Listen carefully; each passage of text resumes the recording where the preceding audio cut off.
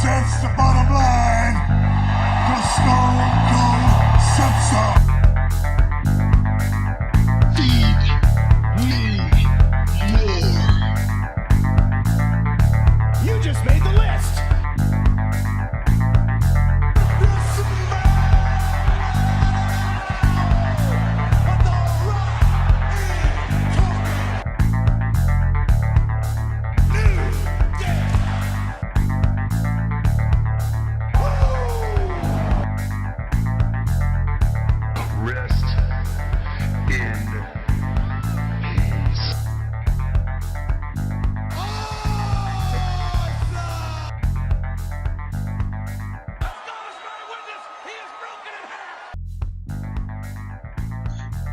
Man, okay, so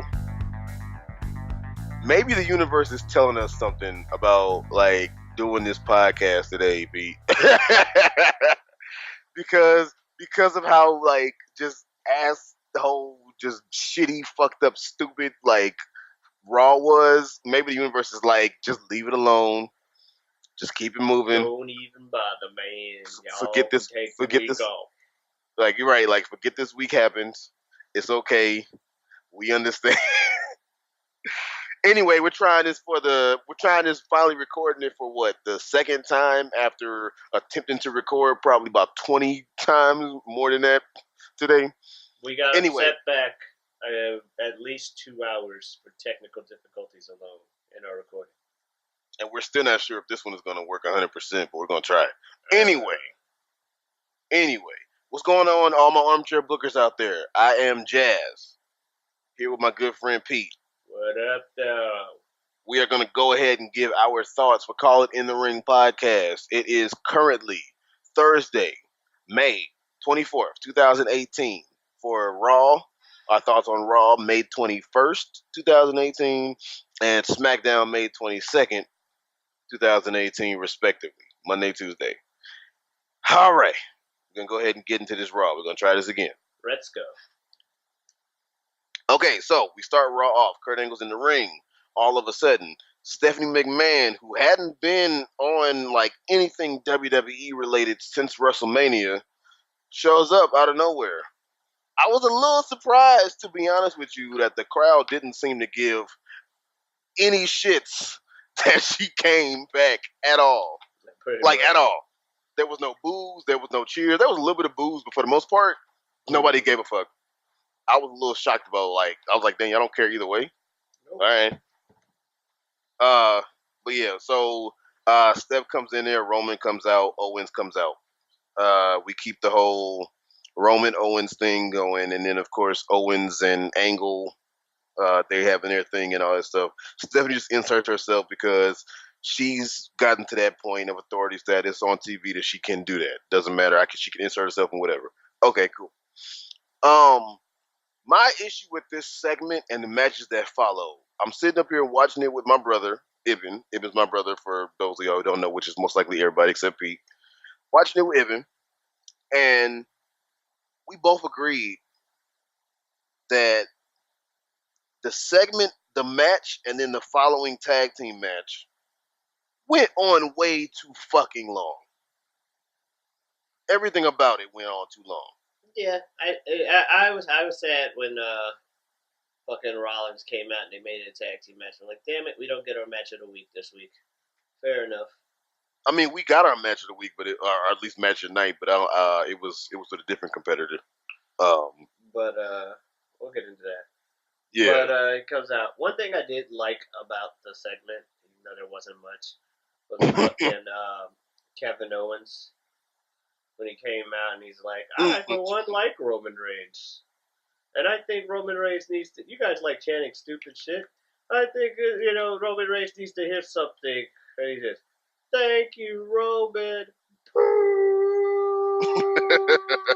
Thank you, Roman. Well, I tried. Speaking of, okay, so speaking of booing Roman and all that shit this week, I was surprised. Correct me if I'm wrong. I was surprised. This crowd did not hate Roman Reigns that much. I didn't really hear them booing him that much. And a few times during the match and when he did certain stuff and got the upper hand, some people in the crowd, I heard some cheers. Did you not? Because I definitely did. Did you not hear any cheers or nothing, Pete? To be fair, even on a lot of the days he goes to, he gets some cheers. The problem is It seemed like it was he's more supposed to cheers get than normal. all cheers. It There seemed were like still more boos than cheers. it seemed like it was more cheers than normal and not as Well, many boos there might as have been expected. more cheers As than expected. normal, but he still got booed more. And he still got more boos than cheers. And that's the thing. It's getting to the point to where you go to, where were they? Albany? Albany, right? Yeah. Which is like When you go to like the smaller that's not cities, Sparky. Yeah. when you go to the smaller cities, they're the ones that are supposed to be all over Roman. But True. instead, it's just, hey, there's a little bit more cheering, but he's still clearly getting booed. True. That and the let's thank you, Roman. / Roman sucks. Yeah. Okay. I got you. I was like, We'll ask Money Money in the Bank how people are feeling about Roman. We'll see how they feel about Roman and Money in the Bank. This last week. In that one city. How do you feel about Roman? CM Punk. That's what the answer's gonna be. That whole night you're just gonna hear yes, yes, yes, and CM Punk. That's it. And you're just gonna hear yes, and CM Punk. I mean, boos are given, but I'm talking about all you're really gonna hear is yes, yes, yes, and CM Punk. See, that's it. Pretty much. Especially because CM Punk apparently is making an appearance at the All In thing that everybody's talking about. Like they're saying, have you not heard about this All In event that's going on? Have you really not heard about this? All right, we can go ahead and scrap Raw for a little bit of seconds so I can tell you. You haven't heard, so you know Cody Rhodes has been wrestling on the Indies and actually got his name name and weight up for like a decent amount since he left WWE. Yeah. Yeah. So him and I forget who else, but him and a few other people, they have like their own promotion and they are doing this All In event. I forget where it is. I think it's in Chicago or close to or whatever, but I forget where it is or whatever. But anyway, they're doing an all-in event, which is just an event they're doing. And it's an indie event, and it's sold out within 30 minutes. An indie event, Okay. 10,000 seats for an indie event, lesser known, sold out in 30 minutes. That's fucking unheard of. Mm-hmm. So, yeah. And apparently CM Punk is not confirmed that he's going to, like, wrestle or whatever, but I believe it's been confirmed that he'll at least make an appearance at, like, if not the event itself, he's going to make an appearance at, like, one of their, like, promotional, like, promotional, like, events they're going to throw surrounding it. And it's, like, confirmed that he's going to have something to do with that shit. So, yeah. But, yeah, that is, like, when I heard it, I was like, that's fucking crazy. I was like, fucking an indie event with 10,000 seats. Indie events are lucky if they can have. It'll be hard for them to fill up 1,000-seater arena, let alone fill up 500. Sometimes even 100 for indie events and shit. And these motherfuckers sold out 10K seats in 30 minutes. WWE can't always do that for like pay-per-view sometimes. Yeah. So that's fucking insane. Well, they sell at least 10,000 seats. True. The arenas they're in are bigger. They can't do that for Raws and Smackdowns. There you go. But yeah, so yeah, no, it's. I'm surprised you haven't heard about it because this is one of the big things that everybody on the internet was talking about for like I think a week. I didn't know it was called All In. I saw Cody tweet about something that sold out, and I'm like, okay. Yeah, it's pretty fucking like wow. But the main reason I was bringing that up is because I said not only are they gonna say CM Punk all over that event, but especially if he's gonna be around there, they're really gonna be thinking about the man. I mean, so yeah, he's from Chicago. This is exactly. He's gonna be around there regardless. You know what I mean? It's confirmed that he's gonna be at a wrestling event around the same time. You know the fuck I meant. Anyway, but yeah, Roman Reigns and all this stuff, and like I said, I think it went on too long. I just speaking of CM Punk and Roman, makes me think of Cena, and I just recently watched Money in the Bank 2011 to see if it still holds up for how good it is, right? And it does. It's one of the best pay per views that WWE has put on within the last 10 years. I agree. Everybody agrees with me, or most people do. It's a great fucking pay per view, great main event. Everything about it was good, right? But it just reminded me of just how much, without making this a Roman bashing thing again, what we were talking about with the smaller cities and everything, all that. It just reminded me of just how much they were not protecting Cena when the fans were not cheering for him all the time. And I just every time I think about that, it's so crazy. I was watching Money in the Bank 2011, and the announcers are acknowledging this crowd is so split. Not too many cheers for John Cena. Oh, actually, no, wait, I was wrong. There are some cheers, but there's definitely a lot of people who aren't a fan, and they're acknowledging it, and they're talking about John Cena not saluting this time because the crowd is not, here for him. And I'm just like, No, they acknowledge. They're starting to acknowledge the boos. They're just not calling them boos. you talking about when they said serenaded? No, this week actually, to your whole no thing, he came out. There's a mixture too, and they're like, what a response. Yeah, Roman Reigns getting a response from the crowd. Oh, well, okay. They're not saying they're boos, but they're like not acknowledging the fact that the crowd is really like Sitting on it. yeah. They're like, oh, and Roman Reigns hearing it from the crowd. Yeah, let's say hearing it. Well, I mean, yeah, but like I said, like with Cena, they were saying the crowd not here for him. This crowd not cheering, the crowd not getting behind him and shit like that. They also had the excuse. I'm not saying you're wrong. But with Cena, they also had the excuse that it was in Chicago, CM Punk's home city. So you could just be like, oh, that hometown crowd's behind their boy. It's expected. But yeah, it's easier to spin that particular night. But Cena, ever since they started the "Let's Go Cena sucks" thing, they just like the most polarizing figure. Most polarizing, yeah. But yeah, getting back to this match though, like I said, I just thought that it just went on.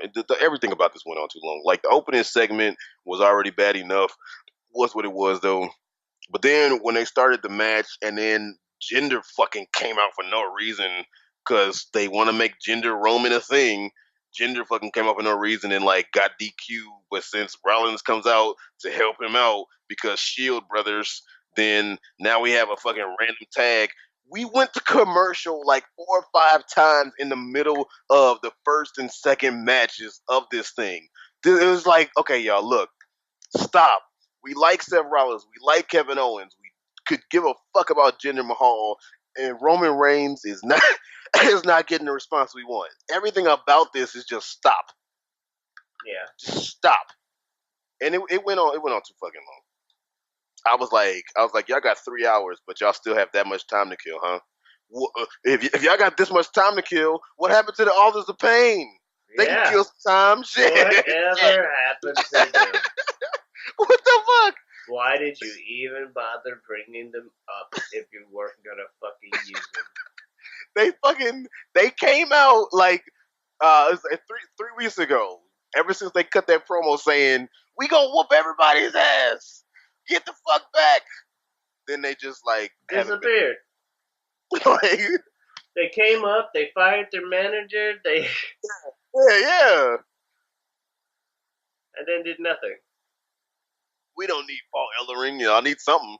Yeah, y'all don't need him. I need something. Screen time. You definitely need that much.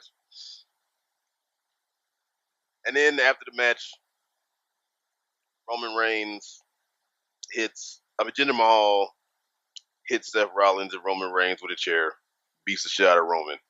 I could give 5 shits. One more time. One more time. Right. One more time. Nah, the crowd didn't like all that. And then we have Jinder Mahal and Roman Reigns announced for Money in the Bank. Stop trying to make Roman Reigns and Jinder Mahal a thing. No, they want it to be a thing because gender is so hated by people. That's clearly going to make people cheer Roman. They won't have any other choice. 2 plus Unless 2. we do this in fucking Chicago. 2 plus 2 doesn't equal 22. I'll put it that way. 2 plus 2 is 4. Minus 1, that's 3. Quick maths. What's that from? That's all. Bottom line is, we move it on. All right. Oh, we gotta move on. We have to move on. All right. So last week when we were on this podcast, I said, I'm like, how bad is this gonna be? When it came to the Bobby Lashley, Sami Zayn thing, I was like, how bad is it gonna be? How bad is this gonna be? Oh my god! And then you were like, shouldn't be too bad, or you were like, let's see how bad it is. Let's just get it out the way. Getting it out the way,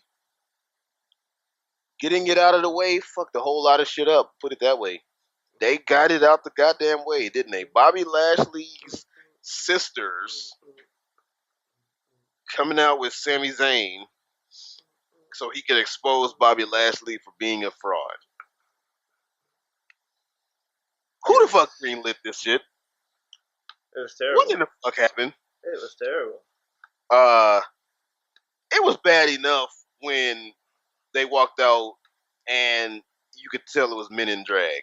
The second that you saw that it was men in drag and they were holding what Bobby Lashley talked about from his Renee Young interview with the fucking, what was it, the broom, the helmet, and the dirty blanket. When they were holding that stuff, you were like, oh god, they each got a fucking thing that he mentioned in the thing, and these are men in drag. Oh my god. And Sami Zayn. And then you had the one that kept playing with his fake boobs. Oh, I didn't even notice that. Yeah, one of them, the third one, looked like literally just kept grabbing his chest and like. I've got breasts now. Look at my titties. I didn't even notice that. Oh shit, bruh. Sami Zayn did everything he could. It reminds me of when I said a while ago for Big Cass when I was talking about how he had been given bullshit with the feud with Daniel Bryan, and I said a while ago, Big Cass, I at least commend you a little bit for making the best of what you can over a stupid reason for a feud. And it makes me think because everybody's comparing this to Bailey, This Is Your Life, and how I looked at that. And Alexa Bliss, as good as she is on the mic, she did everything she could with fucking bullshit to make that good. But it was just doomed from the jump. Sami Zayn did everything he could to legitimize this fucking segment. But it was just doomed from the start. Are you really comparing Sami Zayn's mic skills to Big Cass? I'm not comparing the mic Or skills. Alexa Bliss, for that matter. Alexa Bliss is not that bad. Don't you do that. I'm saying you're comparing the two of them to Big Cass. My point is that they're not that bad. Oh, I thought you were saying Alexa Bliss compared to Sami Zayn was a bad comparison. No, first of all, I'm saying Big Cass's mic skills aren't terrible.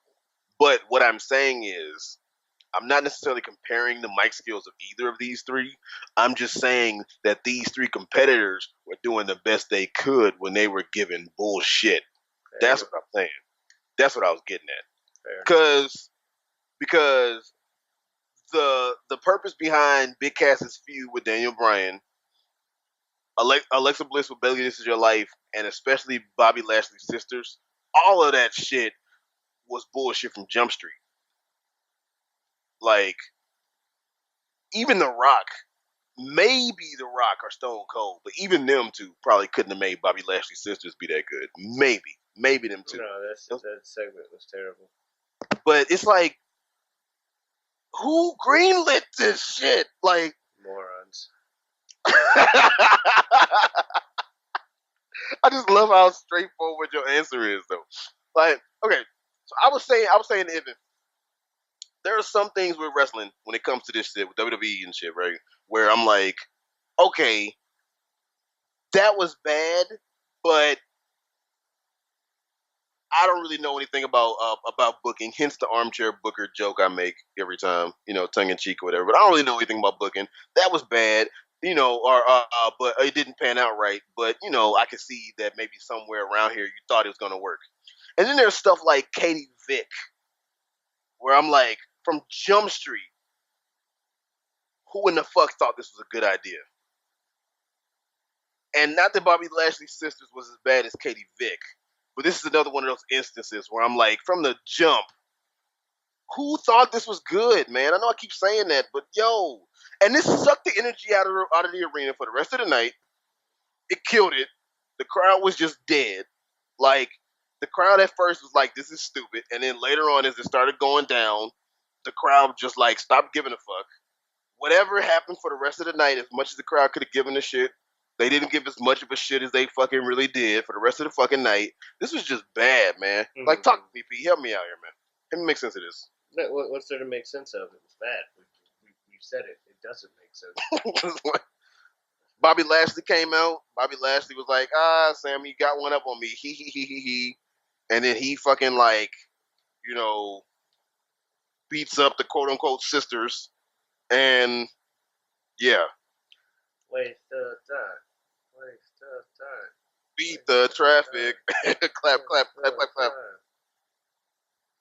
Oh, my God, man. This is going to go down as probably, and we're halfway through the year, and it's probably going to be the worst skit of the year. I mean, WWE, I don't know, WWE, you still got time. Yeah, dog, I mean, this year's not even halfway over. That's a bold statement. Where do we go with the Sami Zayn Bobby Lashley feud now? It's simple. Bobby beats the shit out of him. They needed to do that to begin with. Like, they had a simple feud. Like, it's a case of them trying too hard. Oh, God, yes. No, it's one of those things where it's like, okay, wrestling, there's very little new in anything these days. And some things are formulated. Mm-hmm. Wrestling is a soap opera, so you don't really need to be too original for your fucking strings. You had a perfectly good reason for the fucking feud. They fought on neutral terms. Bobby, the heel, was unhappy with the way he lost, so he decided to annoy the other person, the face. The face is like, damn it, stop annoying me. I'm going to beat your ass. And then you have a feud. And that's really all you fucking need. But instead, they're like, he gave me vertigo. I'm like, well, there's your heel with his stupid excuse for why he's mad. He's like upset that he apparently got vertigo from that. And the face is like, nigga, I ain't give you vertigo from that. But leave me alone. And the heel just gets in his way, like interference in his matches, and then just had the face eventually like, okay, this is enough. I'm gonna beat your ass. I'm tired of this shit. Heel gets his comeuppance and everybody moves on. But no, we decided to go this route. Like, well, the heel said the vertigo, but the face might not really care about that. I know, we'll have the heel do the thing with the sisters and who make fun of the sisters, and then the face will get mad. Which, to be fair, is a just reason, but when you do it this way, this was terrible. It was bad execution. It was bad execution for expansion on a story that was unnecessary. If you're gonna have the man get mad that you insult his family, just have him straight up insult his family to his face. True. Because I mean, well, see, this is the thing, and I won't spend too much time on this because fuck the segment, and we got more stuff to talk about. But this is the thing. Bobby Lashley is a billion times better on the mic now than he was when he first fucking started, obviously. But if they had a promo off, like promo battles and whatnot, Sami Zayn would probably trounce him. So that's the thing is like, Bobby Lashley can come out and hold his own on the microphone to an extent, but still. So I could see they were like you said, they're trying too hard. They were probably thinking, we need something to help Bobby so Sammy doesn't just get one up on him too much. You know what I mean? They were probably thinking that. Well, just have Bobby beat the shit out of him. Because he's a fucking muscle, and Sammy looks like a stick. This is why Braun Strowman fucking works, okay? Braun Strowman works because he doesn't talk too much. He talks just enough to get his fucking point across. I'm mad. I'm gonna crush you. I'm not done crushing you yet. That's all he is, and that's all he needs to be. He's Mr. I'm not finished with you. Why did he attack that guy? Well, clearly he wasn't finished with him. That's all you Because fucking need to know. what's his name? Like I said, I wasn't super high on Roman back in the day, but the reason why everybody else was because the man fucking went in, speared motherfuckers, did the triple power bomb, and said all of 4 words, He and only needed to say 4 everybody saw words. that shit. He had 2 people to talk Believe for him. in the Shield, and that was it. Yeah, believe in the Shield. And then if you count ooh-ah as a word, well, there you go. He said ooh-ah and got ready to spear you or triple power bomb you. Everybody looked at him. And then what fucked up Roman was he started talking too much. So yeah, no, you're right. All Bobby really had to do was come out, say a little bit, and then fucking like beat the fuck out of him. Or Hold him literally in not, or in that case, not say anything. Clearly, you're pissed that he's making fun of your sisters. Just go down and just like get in the ring and beat the shit out of him. Like come down to the ring, like just like beeline to the ring and beat the shit out of him. And everyone would have been like, "Yeah, that you would have gotten thank you, Lashley's." True. With how terrible that was. True, because do you remember back in the day the wedding of Kane and not Kane, the wedding of Lita and Edge, and how boring that was, and then the crowd when Kane pops up from under the ring and like beats up like I think he tombstone the priest and shit, and the crowd started chanting because of how bad the segment was. Thank the crowd you, said, Kane. "Thank Kane, yeah." Thank you, Kane. Thank you, Kane. Thank you, Kane. So no, you're right. And honestly, that would have helped Bobby Lashley even more so as a face because not only would he have beat up Sami Zayn, period, he would have saved us from this shitty ass segment. So yeah, so and very true. All this is true. I just don't know where we're gonna go with this next because as far as I'm concerned, like y'all can fucking stop this shit, but it's gonna keep going. It's gonna keep going. Where do we go now? Call this the Rusev Day breakup. Act like it never happened. I know, right? Like, well, I'm sorry. What was that? What was that thing you guys were hitting again last week? Yeah, I thought so. Shit. We'll get into that in a second. Ember Moon versus Alexa Bliss. So this is my thing, right? Real quick. Speaking of Alexa Bliss, and I said last week, apparently I need to stop saying shit on this podcast that I want to happen in the future that I'm thinking about because I said Alexa Bliss hasn't got on the mic. I'm surprised she's so good at promos. She wasn't bad mic wise or whatever. They just gave her some asinine shit to say. I don't even Start remember talking what about she some, said. huh? I don't even remember what she said. She fucking started saying, you know who else was like an underdog or they didn't believe? 410 AD when the Roman Visigoths. I was like, bitch, what is this? She starts talking about the Roman Visigoths and how they were the underdog, but they came back, and I was like, who wrote this shit? The same person that wrote this wrote the Bobby Lashley sister segment because it came right after. She just randomly was like, you know who else was an underdog or who else you didn't think would win? 410 AD, the Roman Visigoths went up against I think like the Greeks or whatever she said, and I was like, what? What in the fuck you talking about? No one cares. And she said this right before she goes out to fight Ember. But I was like, who the fuck? What? Huh? Why are we talking about Roman Visigoths? Oh, that's why I don't remember her saying that. I went to use the bathroom. And then I came back and Corey Graves was talking about how smart she was and how educated she was. Because she was talking about Roman Visigoths 410 AD and jail. It came out of nowhere, had nothing to do with shit.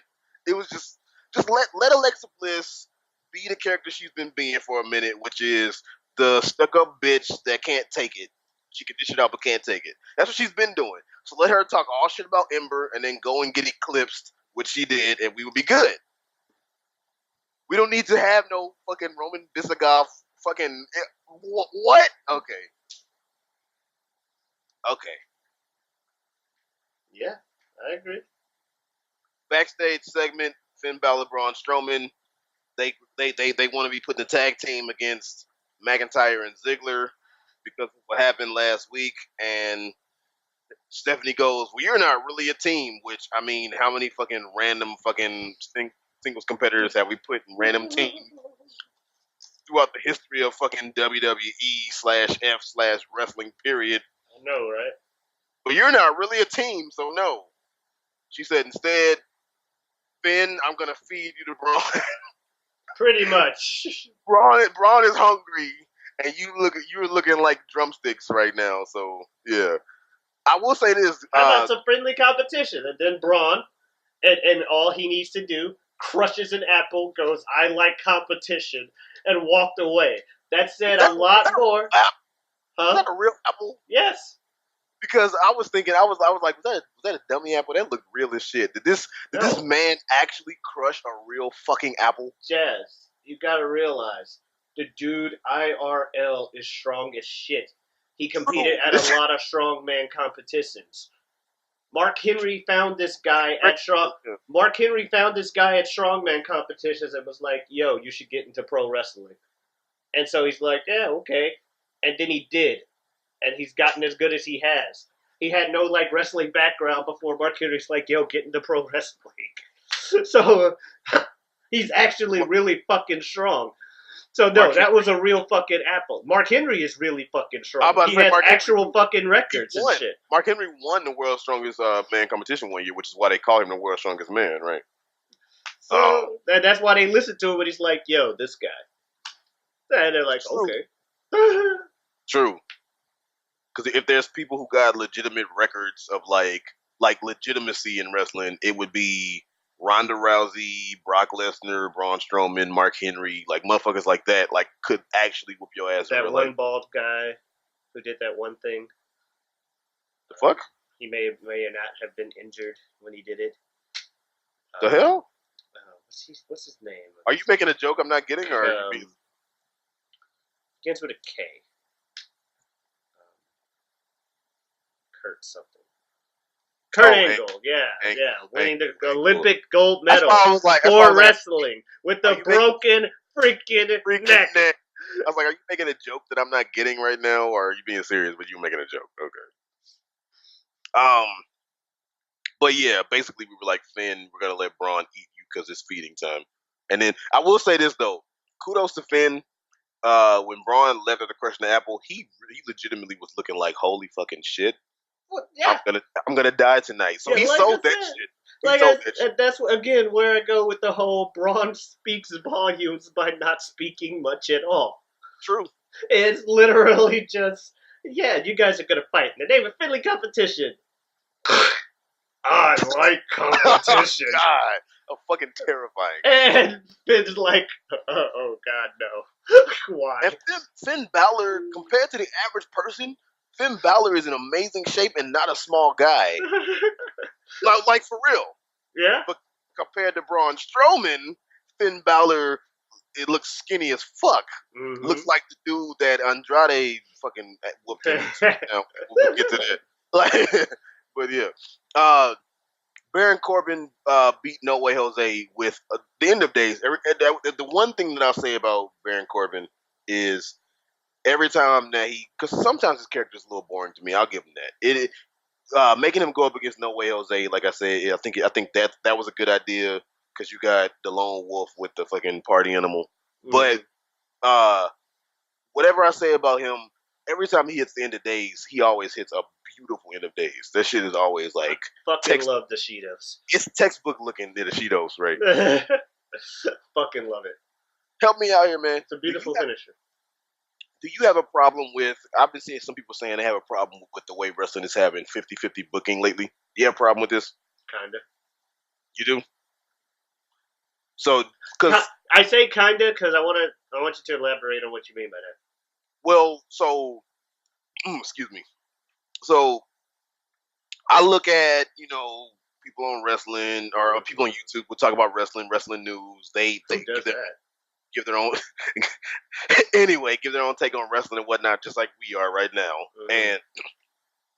And they say that they have issues with 50-50 booking in the sense that 1 week this guy wins, next week this guy, like if me and you are fighting, mm-hmm. and this week Jazz gets one up over Pete.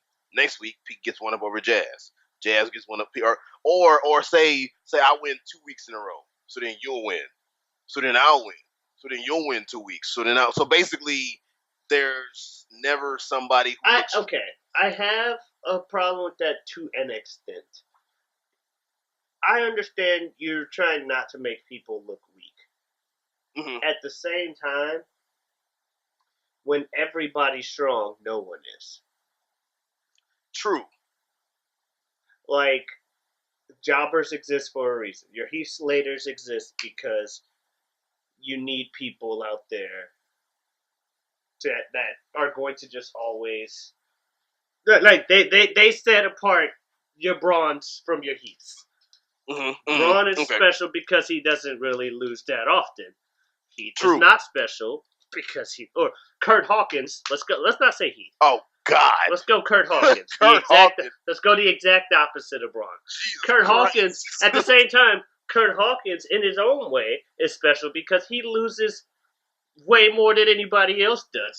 Fuck Kurt Hawkins. His fucking gimmick is that he loses a bunch. He's got the whole fucking Gilbert Brooklyn Brawler thing going on of who's first. Who's like when he comes out, usually if he comes out to talk, he's like, who's gonna make history and let me break in the streak of my losing? Who's gonna make history? I didn't even know that was a thing. Because he hasn't won a match in like 5 years. Jesus Christ. And I don't think I'm exaggerating. He's on like some kind of 400 match losing streak. Jesus. Yeah. So he had a thing for a while last year where he would come out and be like, who's gonna make this is your chance to make history and break the streak. break the losing streak. And I win one. Yeah. Okay. And then he just gets shat on because someone debuts and shits on him. Kind of like CJ Parker in NXT for a while before they got rid of him. Where literally CJ Parker would come out, yell some hippie shit, and then someone would debut and shit on him. But no, back to what you were saying about the 50-50 booking thing, though. What were you getting to? When everyone's strong, no one's strong. Like, I get it that there's a lot of fucking talent these days. That's the problem. People are also a lot more vocal about shit. And I'm not going to say that, I'm better than anybody. I have my moments too where it's like, take Finn, for instance, and them constantly putting him in situations where he can't help but look bad afterwards. Because he's going to just have to lose. Like, last week, Finn Balor and Braun versus Dolph and Drew. Well, Finn's eating the pin in this match. Right, yeah. Right, There's literally no way anyone else could take the pin in this match. Oh, look, Finn took the pin in that match and lost. This week, Finn versus Braun. Well, looks like Finn's losing again. Next week, they'll probably put him up against Roman Reigns or some shit. And then he loses. That's what made people stop really giving a fuck about Bray Wyatt, right? Was he lost over there much? And they're pretty much going to do it to Finn. Now, Finn, and the thing is, they started to abandon the whole, like, I thought they just put the demon thing on a shelf for a while, but they seem like they're just trying to move away from that in general. Well, like I said, I hadn't been watching wrestling for a while. WrestleMania 34 reminded me how much I like it again, right? Because Ibn got me watching it. If it wasn't for Ibn saying, hey, man, I want to show you him coming out as the Demon King, and he showed it to me, if he hadn't showed it to me, I would have heard about it and not really knew what it really was. Because they don't like they're not even doing this shit, right? So they gave him that shitty storyline with Bray Wyatt. And they poured that acidic viscous liquid. They had him beat him as the Demon King, and then Bray Wyatt then beats him twice as a man. Oh, then Bray Wyatt's like, but you can't beat me as a normal person. Then he beats Bray as a normal person, and it's like, okay, storyline over. He beat you as the Demon King and as a regular man. You said he couldn't do either. And you still got it going. And then they had the stupid Sister Abigail thing. And it was like a little too far. And then they're like, yeah, we're just going to sweep this under the rug. Yeah, that didn't happen. We won't see either of you on TV for a few weeks. Well, okay. Going back to the original thing. But 50-50 booking, I kind of have a little bit of a problem with it. But at the same time, I get where they're trying to go. They just need to temper it a bit. Yeah, maybe a little bit of tempering. Because you don't want to do it too much. That's the thing. Is like you want Corbin to look just as strong as Jose, and vice versa when it comes to this feud they're having. So like maybe one way for it to work is have the heel lose a few matches through DQ or through like count out or being a bitch or something. I don't fucking know. But the thing is, like you said, like I said last week, and I've been saying, everybody says that this is one of the best rosters that wrestling has had, in ring wise and talent wise in a while, and I agree. So the problem is, you build everybody up so much to either be main event or upper mid card status that if they start losing to each other, then those who start losing end up looking like lower mid card status. And you don't want them to fall that far down. So they've built everybody up to be on such an even playing field that any waiver in that makes those who lose too much look like they're not as even as their counterparts. Exactly. So that's the problem. I don't really have a problem with 50-50 booking to an extent if it's done right, and for the most part, I'm not gonna say it's been like infallible, but for the most part, it's been done right. I think to an extent what they've been doing, but could they benefit from not so much 50-50 booking? Probably, yeah. Also, I don't think No Way Jose should be beating a guy like Corbin. But see, that's what I'm saying. But then you build No Way Jose up, and then all of a sudden, now he looks like bullshit. Why is Corbin even feuding with this fucking jobber ass bitch? You see what I'm saying? So yeah. Because the feud makes sense. Like I said, this lone wolf dude who's done with, games, and then this party animal. Mm-hmm. So it makes sense to have them feud. But if No Way Jose loses too much, then it starts to look like, why is he even fighting this guy? Mm-hmm. So I get it. Their hands are tied with that, I guess. Because like I said, they built everybody up to be on an even playing field too much. It's not like back in the day where we was talking about X-Pac off of off stream or off podcast. It's not like back in the day where if Stone Cold at the heyday was fought X-Pac. If X-Pac whooped Stone Cold's ass, there's a problem. So yeah. Or if like when Razor Ramon was the shit, and like if that one dude, the 1-2-3 kid, would have gotten a pin over him, that would have been ridiculous. Alright, you passive aggressive ass.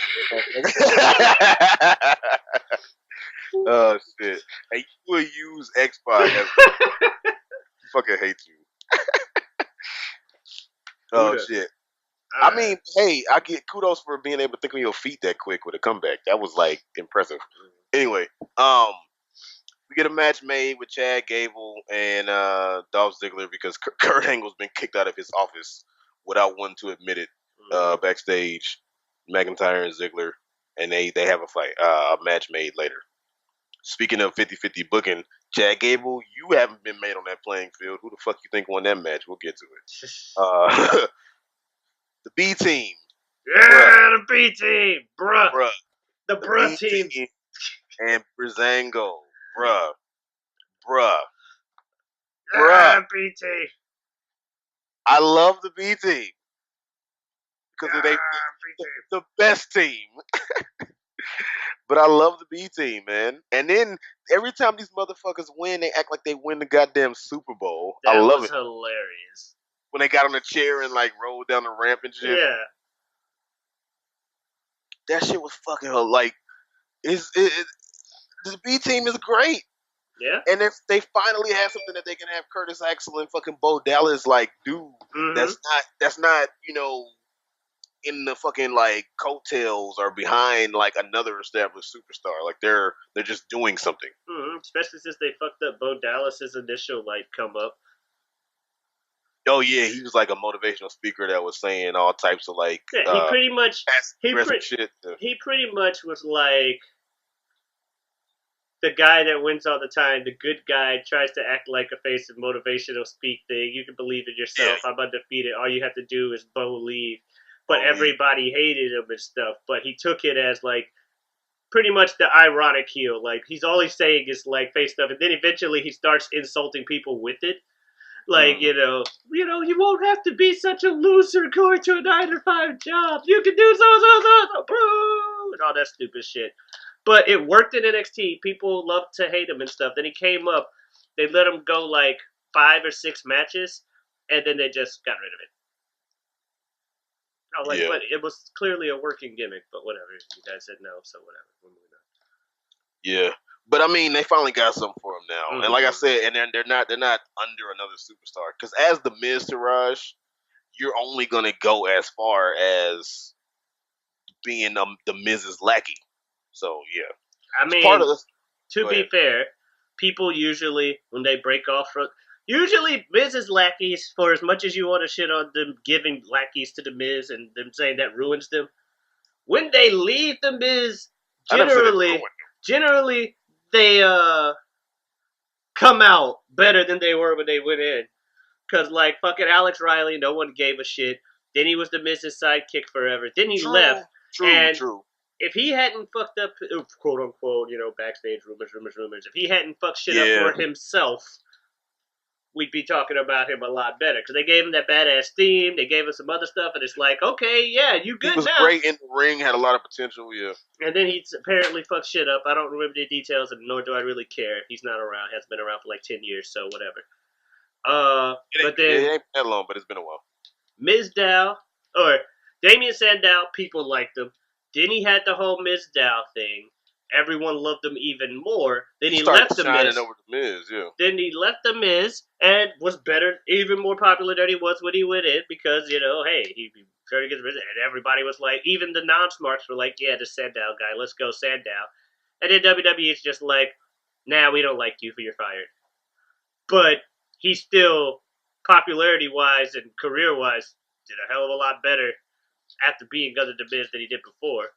Curtis Axel and Bo Dallas, neither of them could The really B find team, any. yeah. Neither of them could find any fucking footing like separately, and hadn't been on TV that much for a while. And then Miz is like, do the Miz Taraj thing. Curtis Axel had a chance with Sandow. They both had found something with the meta powers where they were doing the Randy Savage and Macho and Hulk Hogan thing, and then Hulk Hogan's like, oh, you're an N-word, brother. And then they're like, oh, well, Hulk Hogan said the N-word, can't acknowledge his existence for a while. Sorry, got to get rid of that gimmick, even though everyone's fucking eating it up. That's like powers beyond the control of WWE right there. But still, you don't have to disacknowledge Hulk Hogan's. You don't have to Benoit Hogan for something he said off screen like a long time ago. But there's no way that you don't have to be like, oh, Hogan's like. The crowd wouldn't have got behind that too much no more after that shit got blown up, dude. It was making fun of Hogan anyway. But I'm just saying, the crowd, like most of the crowd, and then WWE would have got bad press for putting that out there too, if it was like right after it happened. That's another thing. I guess my thing is you don't have to glorify him for saying it, but you also don't have to act like the motherfucker didn't exist. I mean, I get why they did it. Like I said, because like they would have got some shitty ass press. Whatever. I don't think. You know what? No. Keep moving on. So what happened next? What's the next thing to happen? Okay. But yeah, I love the B team. I really do. And I was gonna say, for the record, I'm not saying being his lackey ruined them. I was just saying being under him would have only got them but so far. But you made a lot of good points. So yeah. Anyway, I don't want to talk about what happened next. I have to. Okay. The Raw Women's Championship contract signing. Oh my God. Okay. So we have Stephanie, who has come back to WWE, doing what she can, what she could do, inserting herself into this, like situation and whatnot, because she's the authority figure. Then we've got Nia Jax, who promo skills are, and then we've got Ronda Rousey, who, like I was saying, if anybody could use a mouthpiece, if this is not an example as to why she needed a fucking mouthpiece, I don't know what is. God. I mean, and then just the fact that this whole thing was made at a like red carpet type event in the first place. Yep. over some. Maybe you can't woo, but can you do this? Can Now you I hold the challenge- belt? Right. Shit. In that case, where was Charlotte? Charlotte should have been like next to Stephanie just to officiate things for no reason. Fuck. Anyway, so yeah, so we got the contract signing going on, and this was it was just bad.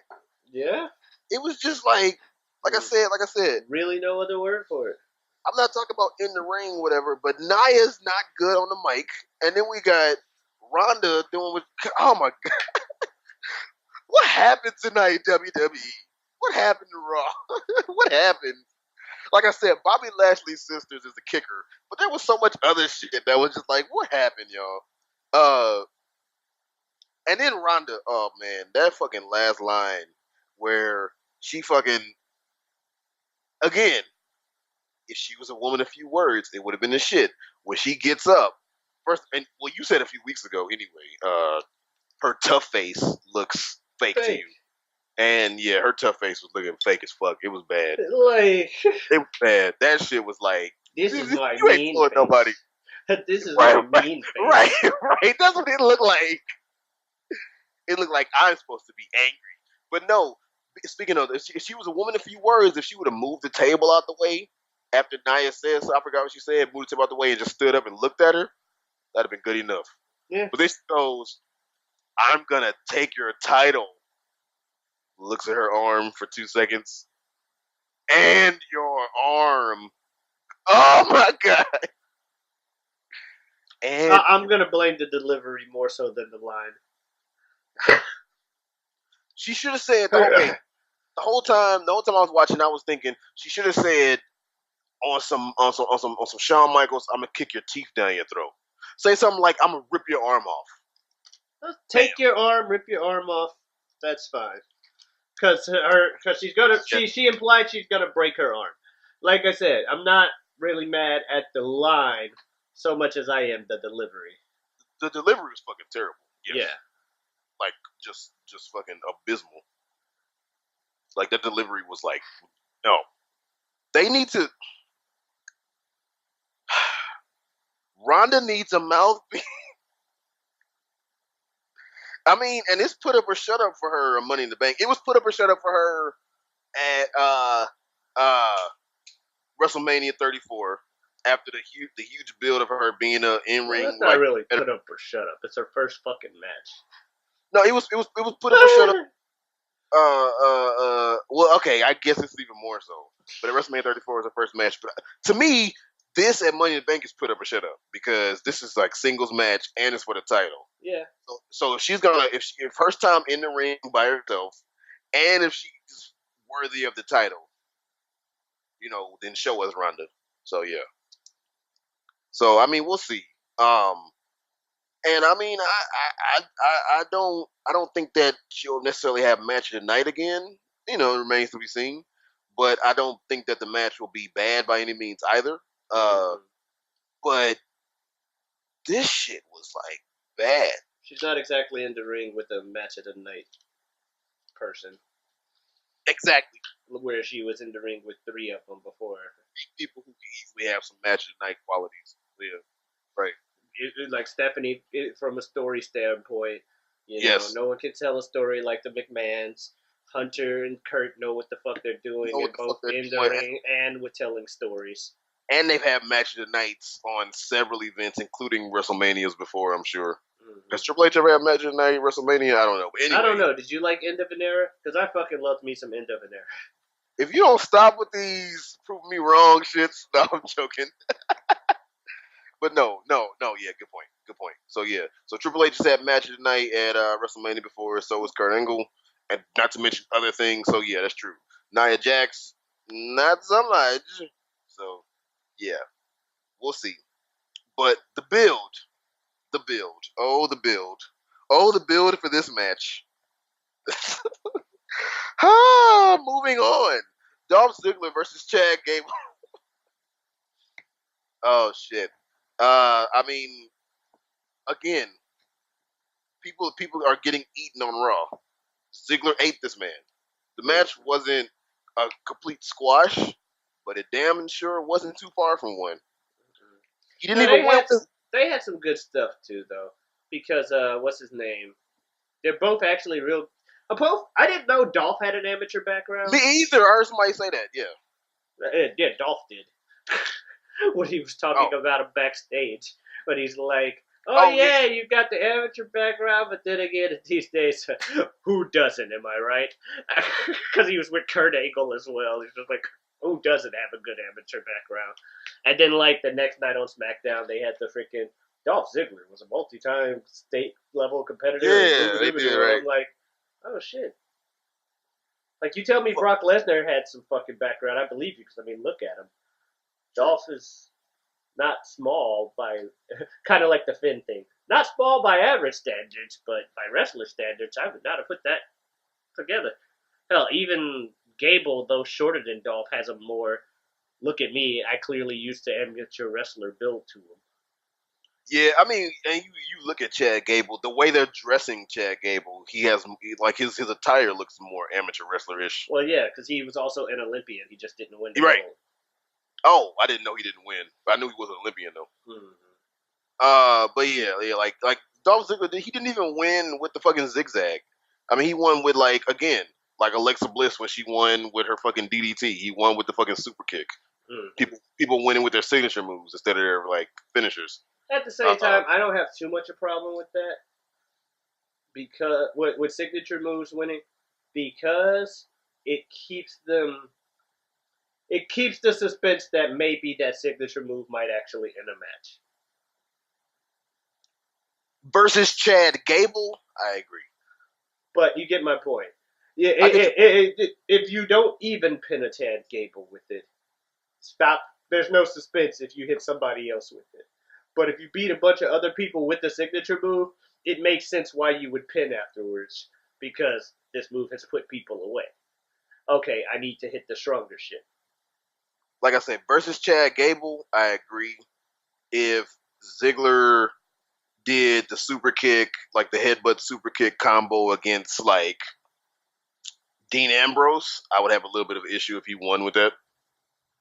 Depends on the match leading up to it. I don't know. It depends on what happened before that. Like, if you're sitting there with chairs and shit. Okay. Depends on the match and stuff leading. Oh, up I thought to you it. meant. I thought you meant the match is. No, you mean okay. Yeah.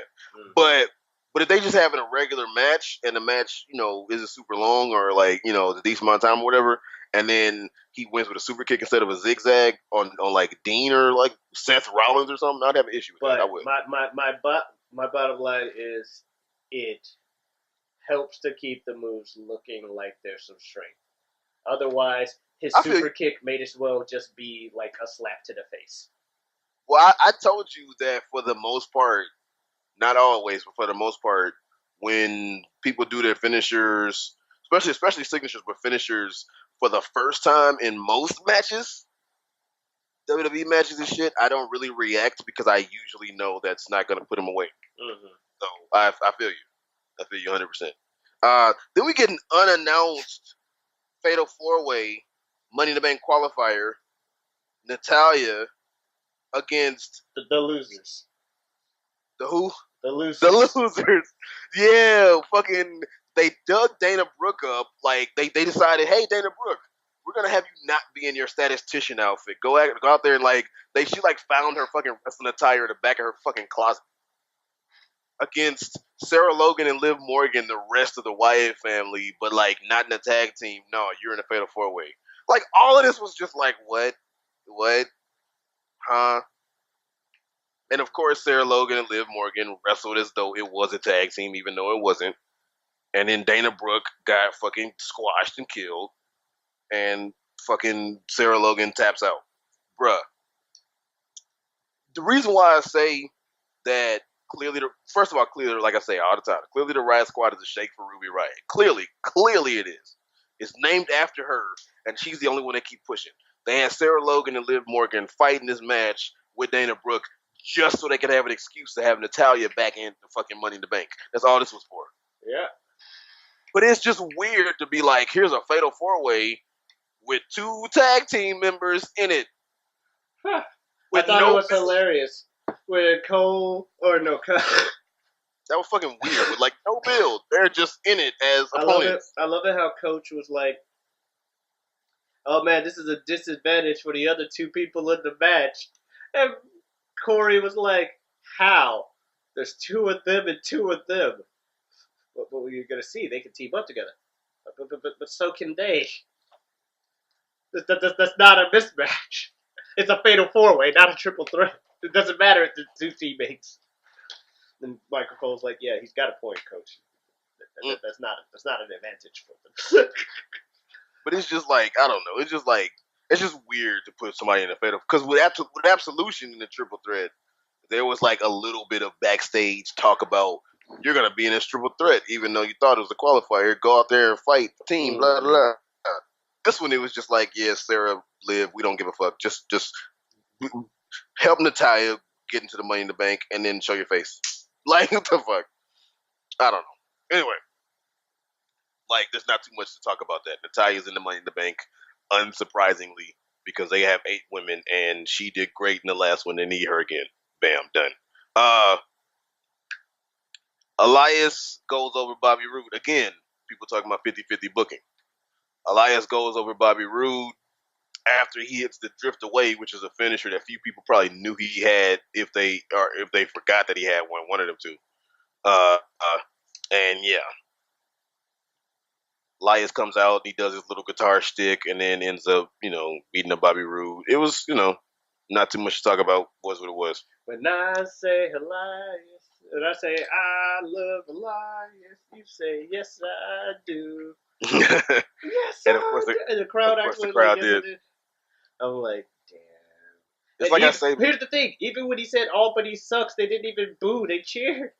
Like, yeah. That's what I'm saying. Now, okay, so this is the thing that I'm saying, right?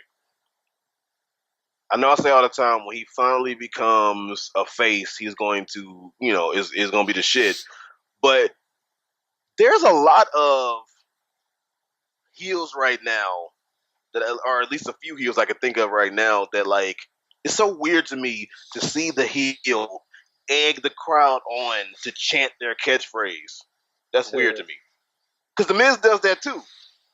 Yeah. He said, yeah, The Miz is like, I can't think of his fucking catchphrase off the top of my head. But anyway, when Elias says, I'm The Miz and I'm No, not I'm The Miz and I'm awesome. It's another catchphrase that he eggs the crowd.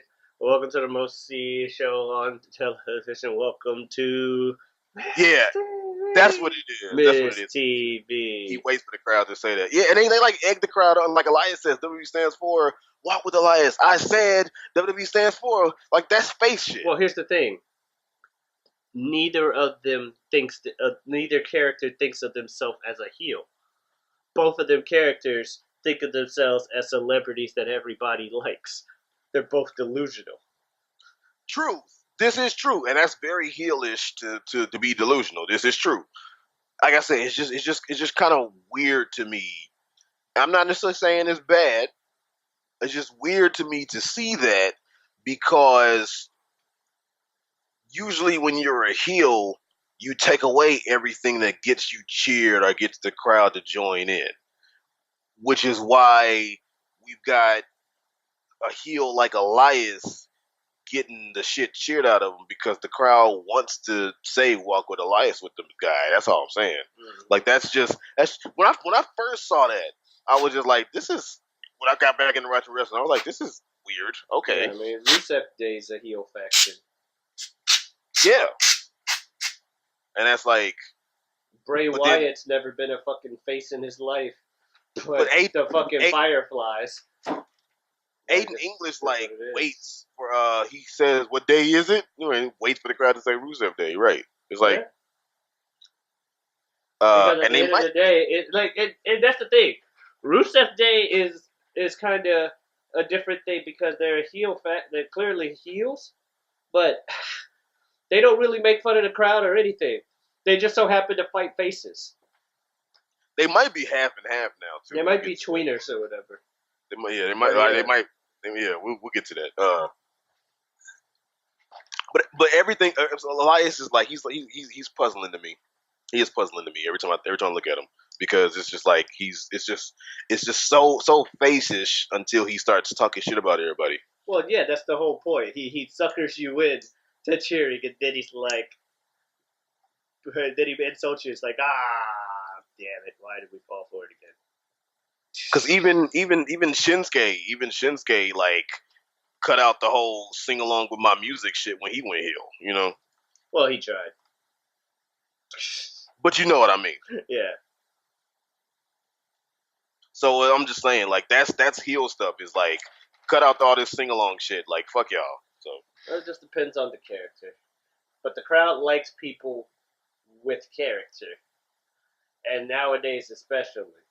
And when your only choice for, and when the guy the company wants you to unanimously root for is someone you unanimously do not want to root for, you're going to root for pretty much anything else. Again, as the True. prophet Bray Wyatt once said, anyone but you. anyone with you, Roman. Anyone but you. And then on top of that, it's hard to get over as a heel 100% in today's day and age anyway, because everybody's older, everybody's seen a lot. Most people that watch wrestling now aren't so much casual fans, but people like you and me who've been watching it for so long. So we wanna cheer the bad guy. That and you gotta all that shit. you gotta pull a fucking Ciampa Yeah, to get hated as a heel these days. just do some fucked up out of nowhere shit. Yeah. Fucking Ciampa. The fact that his fucking theme song for Takeover was literally the crowd just yelling "fuck you, Ciampa" over and over again. Yeah, if you get the whole crowd chanting "fuck you," yeah. And all you did was walk to the fucking ring. Yeah, no, that's true. Ciampa versus Gargano was an amazing match. Braun Strowman, feeding time. The man ate Finn Balor. Match of the night on Raw, though. Amazing match. Oh, it was. Because as Strowman started to win, Finn Balor suddenly started coming back, and they made the match good. Like it was both look strong. But then Finn Balor got one slam on him, and I mean not Finn Balor. Braun Strowman got one slam on him, and Finn was dead. And then he did the running power slam, and then Finn was cremated. He did pick him back up, though. Show respect. Picked back up. That was crazy because he picked him up like the typical "I'm not finished with you" thing, and got ready to fuck it. And then he's like, "Nah, JK, we cool." And it's like, well, wait, what? Yeah, Finn, he's finished with you? At least for now. Speaking of "I'm not finished with you," after that Elias match, after he won, walking his ass up the ramp, Braun's music just hits him. Braun! Just bowls him over. Knock the lights down. It's like, really, Braun? I get that you're Mr. I'm not finished with you, but was dropping a piano on the man not enough? Was that not enough to be finished with him? You dropped the piano on him. I mean, there's no coming back from that one. I fucking no, it was the best thing about the show. He remains the best thing about the show. Get this man a belt. I don't care if you take it off of him like 2 pay-per-views later. Give this man a belt. You say that now, but yes, you do. Give this man a belt. No, but I mean, you'll be mad if they take that off of him soon. I will too. Shit. But no. Like I said, man, Raw. It was not a good episode of Raw. Like I said, it's the segment that started off way too long. We had like 4 or 5 commercials in the middle of the fucking match.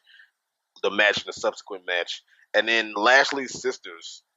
Whatever happened after that, as good as whatever shit could have been, it only could have been but so good because Lashley's sisters killed all the energy in that arena, and understandably fucking so.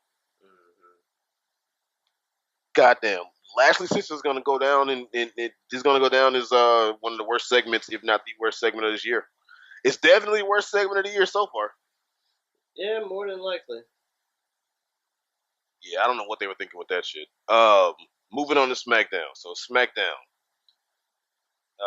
22nd of May 2018. Already we start off great. We start off better. Miz in the ring doing his typical Miz shit. Then New Day comes out. New Day supposed to announce their whole like. I did love at the beginning with Miz talking about we got something. Since I've come to SmackDown, there's been one thing. everyone has been clamoring for weeks and weeks. Yeah, I heard that. Weeks and weeks and months. We've been ready for it. And now, finally, I have a date for all of you. Oh Clearly yeah. trolling with the Daniel Bryan thing. And he's like, oh, Mhm. so-and-so, Ms. Ms. and and Mrs. Mrs. comes Yeah. out. I'm like, I love the crowd control and everything with him and the fucking Daniel His Bryan crowd troll. control is fucking amazing, man. Mhm. And if you look at Miz from when he first started as like the Diva Search host to now, leaps and fucking bounds. Yeah. Leaps and fucking bounds. Like he just stayed getting better. He stayed getting better in ring and on the mic, and now he's one of the best competitors in the company, both promo and in ring wise. It's amazing. But yeah, New Day comes out. New Day does their stuff. Some people have been saying, I think New Day's getting stale. I think New Day's getting stale. Shut up, everybody. They keep changing it up. Some people were saying, I think the New Day stuff is getting old. I don't know if you had heard that, but I heard some people saying that shit. I wouldn't be surprised. I disagree. This shit was great. And it was funny because Miz kept wanting them to say who they going to pick for Money in the Bank. And as much as I wish they would have told us, the way they went about not telling us was fucking hilarious. So I'm okay with that. It was just funny as hell. They kept trolling.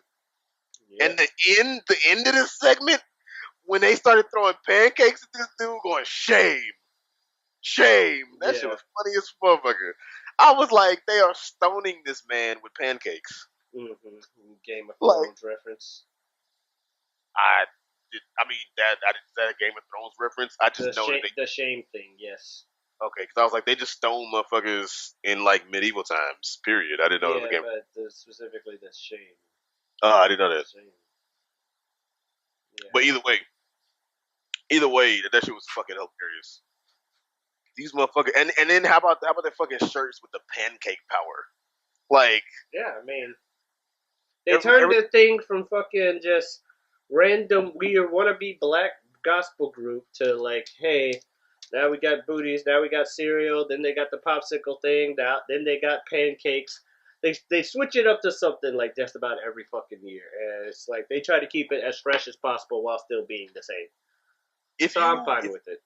If you look at New Day, like outside of WWE stuff, like in interviews and whatever, too, one thing that makes that group so good is the three of them in real life seem like they are the best of fucking friends outside the ring, too. Yeah, so that clearly adds to it. Mm-hmm.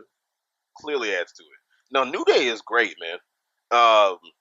And like I said, them throwing pancakes at him going shame, that shit was funny as hell. So Miz leaves, Paige catches him, Paige makes a match with Miz and Big E. Can we talk about how when the bar came out to distract them and Kofi runs on the stairs and jumps off Cesaro's back, that was off his shoulder to fucking like clothesline fucking Sheamus. Fucking crazy. God damn it, Kofi. Like, I wouldn't be mad if anybody from New Day, because they're all great in the ring, if anybody from New Day was going to be in this Money in the Bank. Supposedly it's going to be Big E from what rumors say. But, goddamn, Kofi. I would love to see you back in Money in the Bank. Like, fuck.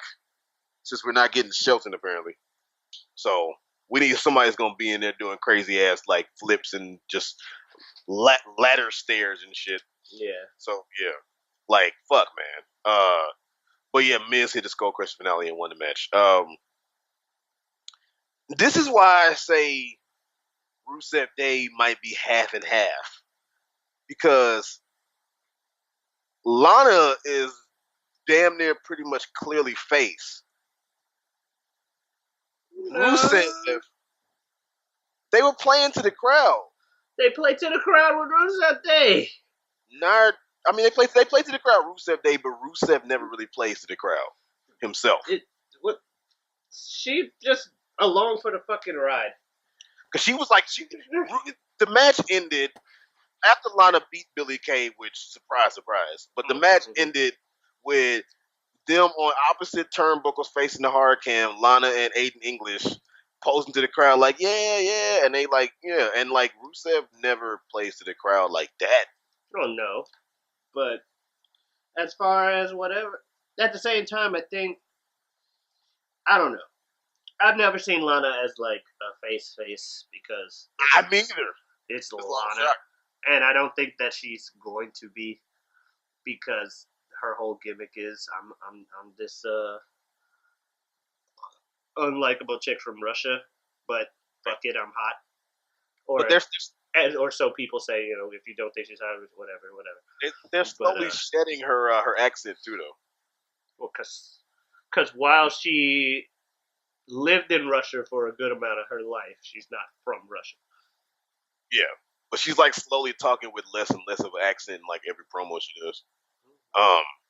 But that's what I'm saying. Like, I don't know. Like, this was weird because I was like, wait, is Rusev Day faces now? Is Lana a face and Rusev is a heel? Are they both still heels or this was just a thing? Like, what the? They're both still heels or anything tweeners. They're not faces. They're heels the crowd likes.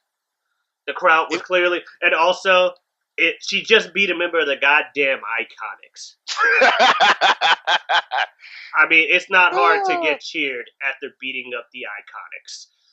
They fucking suck. I mean, this is true. The only thing that made me just be a little like unsure is crowd cheers a heel. Okay, that happens all the time. Playing to the crowd like they did and like posing to the crowd, like inviting them in to the extent of what a face would do. That's what made me kind of like, So. I think you're looking too far into it at the moment. Okay. Who knows? You may be right, but at the moment, I don't feel that way. Now, if I will say her solo entrance is weird. I had never seen it before. Was she like she's about to break dance and shit? Yeah, it was just weird overall. I'm like, what the fuck is this? I've never seen her entrance before, but it's kind of weird. I also like Rusev's tweet where he was talking about her crushing and gonna beat the woman from Australia with the weird accent. I'm like, oh, Rusev. Right. And people can say the same about you, right? And then and it's like, yeah, fuck the Iconics. But no, I had previously seen Lana come out to some matches last year when I went back and looked at some older stuff that I had missed, and she had originally come out and she wasn't dancing as much, jumping around as much, and all that stuff. She was more she had on like a dress with like a slit. She had her ring attire under it, but it was a dress with a slit up and all that stuff. She's like posing, same music and everything, but like posing with the dress and all this shit. Mm-hmm. But I mean, Aiden English, sang her out this time. Lana is the best, like she said. Lana number one. Yeah, like Lana number one. She said that last year at some point. So yeah. All right, Pete. As many disagreements as we've been having on the podcast and that, you probably really gonna disagree with me on this one. Not saying that it was good, but the promo the Iconics cut before this match started wasn't that bad. It's terrible. It wasn't as bad as their previous shit.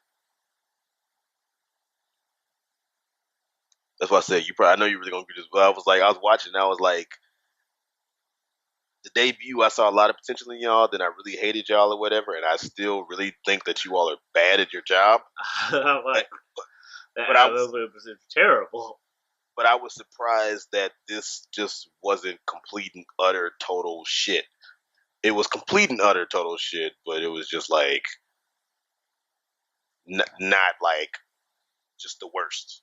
It also was like 10 seconds or like 10 minutes shorter than their segments normally go. Truth. So that's probably why it seemed better, but it was an Iconics promo nonetheless, and I hated it. I don't like it. I don't either, and I think it's bad. Like I said, this was bad, but it just wasn't. I was surprised at how not as bad the bad was. So, as weird as that might sound, if you can follow me on that. Putting gold on a turd. Basically. Fair enough. And this was like gold like spots. This wasn't even like a complete gold like paint job. It's like spotty gold. Mm-hmm. But yeah, like I said, you knew he was going to win. This was a short match, and like I said, there's no way one Iconic is going to win and the other one doesn't if they both win. Period. So, Andrade Almas beat up a dude that we don't even know his fucking name because he doesn't matter. Yay, let's go jobber chance. Let's go jobber. Were they saying that? I Yeah, at the start it was let's go jobber. Clap clap. missed that. Wow. Let's go jobber. That's hilarious. But yeah, I mean he whooped the dude ass. Like the fuck do you think was gonna happen? And then he hit a Stevie T. Hammer like DDT. Yeah, arms hook DDT. They need to never again start a promo in the back where Zelina Vega is smiling and they cut in on her for like 2 or 3 seconds before it starts. Beautiful woman, but the way they cut in on her smiling that hard and held it for like 3 seconds, that was fucking terrifying. Never, never a fucking again. Like no. Don't do that. The woman is noticing things. You talking about me noticing things you didn't notice. I didn't notice that at all. They cut to her before the match doing this promo with him next to her, and they like held on her face for about 3 seconds, and she was cheesing so hard, and it was just like Jesus Christ. And this woman is attractive as all hell, but it was like, oh my god. So yeah, I was like, don't do that again. Speaking of repeating the same spot, we cut back to seeing Asuka's mask for about 3 seconds.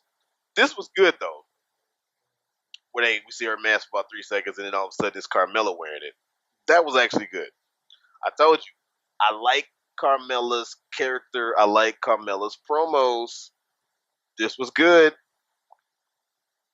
Carmella's talking about, I'm not afraid of Asuka. Let's get it at Money in the Bank. This was good. All right.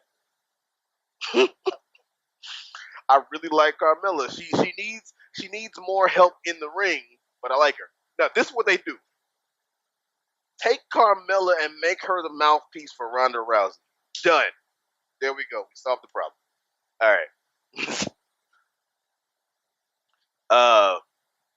Shinsuke and AJ. We found out what their last man standing match is going to be, what the stipulation is going to be for Money in the Bank. Last man standing match. Yeah, no, the stipulation is a pillow fight.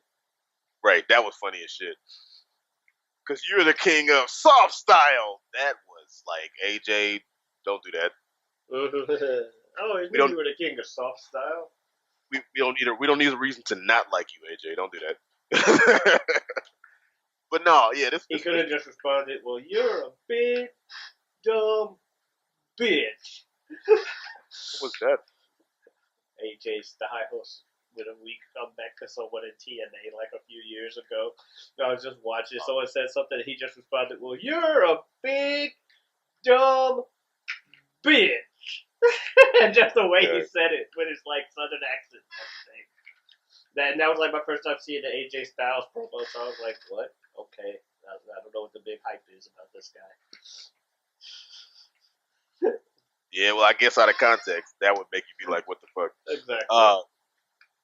Like I said, man, Shinsuke needs to have the belt at some point. AJ having the belt is great too, so whoever wins the match, I won't be upset. I would like to see heel Shinsuke with the belt, but I really think that they're going to have an issue giving it to him because of the language barrier. Yeah. That's the only thing I can see holding him back. Mm-hmm. Because he's great. That dude is amazing. Like, all his heel shit, in the ring, his little spastic shit that he does, that's just like nobody else can do this but Shinsuke. But it's like I love it.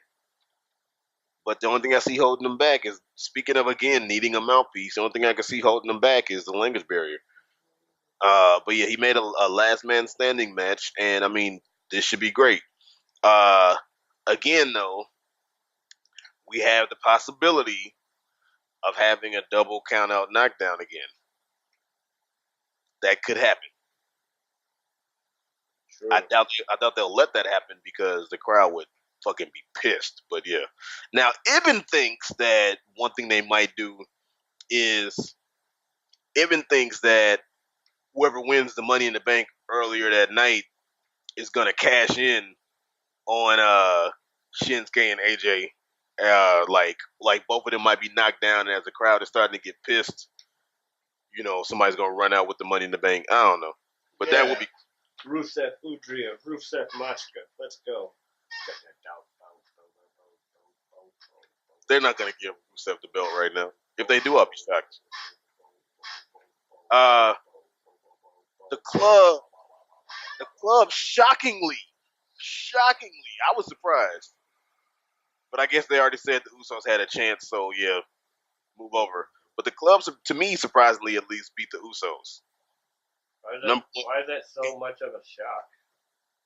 Cause, man, how much does WWE really care about Gallows and Anderson? Enough. I mean, they are fucking team from overseas and shit. You gotta remember, when Raw became the fucking... Also, this is Smackdown. They care a bit more about the fucking wrestlers that the crowd actually cares about. True. That's why we have AJ Shinsuke as the fucking main thing. True. This is true. Only time they ignore what the crowd really wants is with the big cast thing, but that's a different story. But they got this whole injury angle going on with him at the moment. Yeah, they let the club Gallows and Anderson shoot cut a little promo against the Usos back and forth before the match started too. I was surprised though, but I mean, like I said, the Usos already fought the Bludgeon Brothers, so yeah. But they won with the Magic Killer, which I didn't even know they had a finisher, but there you go. Oh yeah, Magic Killer. That was their finisher in Japan too. Apparently they were the shit in Japan, man. Yes, they were. They were part of Bullet Club too. Right. Hence the club thing. Right, it just took the bullet off. Right. Speaking of being the shit in Japan, fucking Finn Balor that we just got through talking about. Mm-hmm. The founder of the Bullet Club? Like top heel, right. The founder of the Bullet Club? Hence the Balor Club? He ain't shit now, right? Well, he's still good. He's not as good as he used to be. Naomi beat up or went over Sonya Deville in the Money in the Bank qualifier match, which, like I said, even though they're not Absolution no more, if Mandy Rose ain't going, Sonya Deville ain't going either. Just like I said, if Ruby ain't going, Sarah Logan and Liv Morgan aren't going either. Like, it's just... And Naomi, again, is another competitor who has gotten so good within the last few years that she is, one of the, better competitors on SmackDown right now. She's athletic as fuck. And her interest is the shit. So, yeah. Naomi is the female Kofi when it comes to those type of matches. So, Naomi is going to do some crazy ass shit in that ring. Can't wait. Daniel Bryan, Jeff Hardy, because like you said, since Cass is supposed to be quote unquote injured right now, then we can't have Cass versus Joe. So Daniel Bryan versus Jeff Hardy in a Money in the Bank try again match. Whoever wins this fights Samoa Joe, gets the last spot in the Money in the Bank.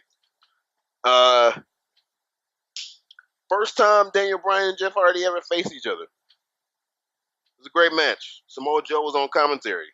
Mm-hmm. After a while, Joe decided that he just didn't want to talk anymore, and he just started watching the match. It was kind of funny. Mm-hmm. I was trying to listen to what he was going to say, and then after a while, he just stopped fucking saying stuff. I'm like, okay. Speaking of Big Cass, too, how I said the whole thing about Big Cass's push doesn't seem like it's been derailed or whatever. He did, if this whole injury thing is anything indicative of that, if that is true for rumors and all that shit, for the heat that he quote unquote has, he did kind of get pushed out of a Money in the Bank qualifying match at the possibility that he could have been in the Money in the Bank period. We'll never know, but yeah. But yeah, Daniel Bryan won. Daniel Bryan is going to face Samoa Joe. I won't be upset with either one of these two being in the Money in the Bank. Nope. Cass is gonna cost Daniel Bryan though, Most likely. Yeah. because it's a fake injury, as far as I'm concerned. I see it as being fake too. I see it as being fake too. Goes without saying, leaps and bounds. SmackDown was better than Raw this week. Like normally don't really do the comparison thing, but Bobby Lashley's sisters, man. What? Okay. All right. It was terrible. Terrible. Terrible. Everything else that was bad about Raw, whatever, but Bobby Lashley's fucking sisters. What were y'all thinking? All right. Again, we've had more people added, so we can go ahead and add to make our picks for Money in the Bank again. Doesn't really have any bearing on our predictions, but let's see if we still got the same people. Ember Moon, Charlotte Flair, Alexa Bliss, Becky Lynch, Natalya, Lana, and Naomi are confirmed. One more slot is open. Pick-wise, I had Alexa last week, but she still don't look too good. See, it's a toss-up for me either between Alexa and Charlotte. Pick one, dog. I'm going to go Alexa again. Alexa's still my pick. Yep, likewise. Alexa doesn't go too far from having the title or at least being in the conversation. Braun, Strowman, Finn Balor, The Miz, Rusev, Bobby Roode, Kevin Owens. Still don't know who New Day is going to pick, and Daniel Bryan or Samoa Joe, whoever wins that. A lot of people are saying that it's rumored Finn Balor is going to go over, and damn it, everybody's saying that Finn Balor needs something like this. Mm-hmm. Bruh, these matches are like, both of these matches, men and women's, are stacked with like talent. I can't wait to see Money in the Bank this year. Looks like it's going to be good. I'm going to say I had Miz. I'm still going to pick Miz. So my pick hasn't changed. Yep, I'm picking Miz. Even though I don't think he's going to win. I don't think Miz is going to win because I don't see WWE letting him do that, even though it makes sense in the current situation. To try and reestablish him as a main eventer, because he clearly has come a long way. He's come a long way. Since he's come a long way since the last time he was a main eventer. Right. So it makes sense in that regard to do the Miz at the same time. And the only reason I'm saying Miz right now is because it makes sense in that thing, even though I don't think they will. And I can't really think of anyone else. And as far as the Finn Balor rumors, any rumor that says Finn Balor's going over, I'm just going to call invalid until it happens. Oh, shit. Nothing against Finn Balor. I actually really like Finn Balor. But they ain't put him over yet. So he ain't going over. And if the club was still on Raw, if Gallows and Anderson were still on Raw, then I could see them having Finn go over, turn heel, and then start fucking Bullet Club WWE edition with Balor Club. Okay. What about AJ, though?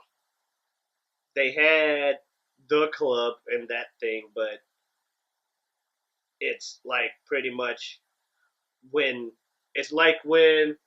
Finn left Japan to go to WWE, and AJ stepped in to be the leader of Bullet Club. Yeah, this is cool and all, but it's not what it was before. It's not the same as Prince Devitt. Yeah. Version 2.0 is not version 1.0. True. So you get the 1.0, and then we haven't really seen a heel Finn Balor to begin with, and apparently Bullet Club was a heel faction in Japan anyway. Right. So yeah, there's that classic that would help him out. There's that classic picture of all of them standing around and Finn Balor's holding that dude's head, doing like the finger guns on his face and shit. Yeah. I mean, if Miz wins the title, let alone the Money in the Bank, but the title too, like that could be great promotion for Miz and Mrs. Just from a business standpoint. True. Miz getting back to his fucking reality show roots too. That's all I keep thinking about with that show. Coming from real world, not doing that shit. Well, he showed up a lot on the fucking Total Divas show too. Yeah, okay. Once they brought back Maurice, yeah, because Maurice would be on the Divas shit. Exactly. What was I gonna say? We were talking about it, right? Me and my brother, right? We were talking about this shit, and we were saying that since they in Chicago, they should just like have the 7th spot open, or have somebody get like injured so they can't compete, so they just have like 7 people. I mean, have the 8th spot open, or have like so they can't compete, so they have 7 people, and then Vince McMahon comes out, and they're like, this match is about to start, but we got one more person, and then they do that whole like 10-second long pause they always do, right? And then you hear. Man, and then CM Punk walks out and he does that slow walk he always does and walks out, turns slowly to the corner. The roof would blow off of that fucking arena if that happened. And that's why it won't. Also, blow off of that arena if that happened. Also, the fact that CM Punk hates WWE with another passion. Because remember, it's not WWE that's the reason that CM Punk isn't here. He walked out because he fucking hates them. And he stayed gone and will forever stay gone because he fucking hates them. Yeah, well, the thing is, though, I heard a snippet of a CM Punk interview recently. He doesn't sound as bitter about it as he used to, but he still is probably like, fuck y'all. I don't know. He hates everything related to WWE. Yeah, he doesn't seem like he's like as like fuck WWE, like I hate this company, like, but yeah. But that man, if he came back and then like he did his whole clobbering time, man, the whole arena would yell that shit, and you probably see some fans get arrested. They would jump the barricade to hug that dude. But yeah. Anyway, before the static that I'm hearing gets too bad, all right. Anyway, that being said, tune in next week, y'all. Bobby Lashley's sisters. What in the fuck was that? That's all I got to say. Terrible. That being said, please tune in next week. Hopefully y'all like this podcast. And you know what? If y'all did, you know what you can do. You can go ahead and tell us in the comments. You can go ahead and share it and tell other people. Go ahead and let us know. What did you think about Bobby Lashley's sisters? Were you one of the only people that actually liked it? Was it as fucking shitty as we say it was? What are your thoughts about Roman Reigns? Did he get more cheers than expected, like I'm saying, or am I just tripping, like saying I need to shut up? Like, Nia Jax, Ronda Rousey, are you excited for this? Like, is this making you feel good about it? Like, were you as shocked that the club won and it's fixing to? So, do you even give a fuck about it? Want to see Reigns and Mahal? What happened? Like, was SmackDown that much better than Raw? Or, were they both bad? Or does it even matter? Leave it in the comments below, y'all. We'd love to talk about you. On top of, before we go, this man right here, he needs to plug some of his things. I know? All right. Well, I got this thing where, I talk with this buddy guy over here, Jazz. We talk about DBZ movies and stuff. We do reviews. Also, we got a Twitch channel, twitch.tv/GIOTABI, GIOTABI. Check it out. I was sick last week, so I couldn't stream, so that was unfortunate to plug and then be like, well, I can't stream. But, you better now. Anyway. The fuck? The, B team thing where they were like, That's what I thought you were doing. But then I also remember the viewers at home can't see us. Right. So, anyway, that's what I got going on. My boy Super Jazz over here's got his stuff. Splat out. Huh? I said splat out. Splat out, yeah. He's got his stuff. You should listen to the album, dog. 20-something. It's the shit. But yeah. All right, that being said, y'all, really appreciate you all for listening. I'm not just saying that. I really do appreciate you all for listening. And remember, if you need to make an audible, And do it before Bobby Lashley's sisters walk out. Adios, Nis.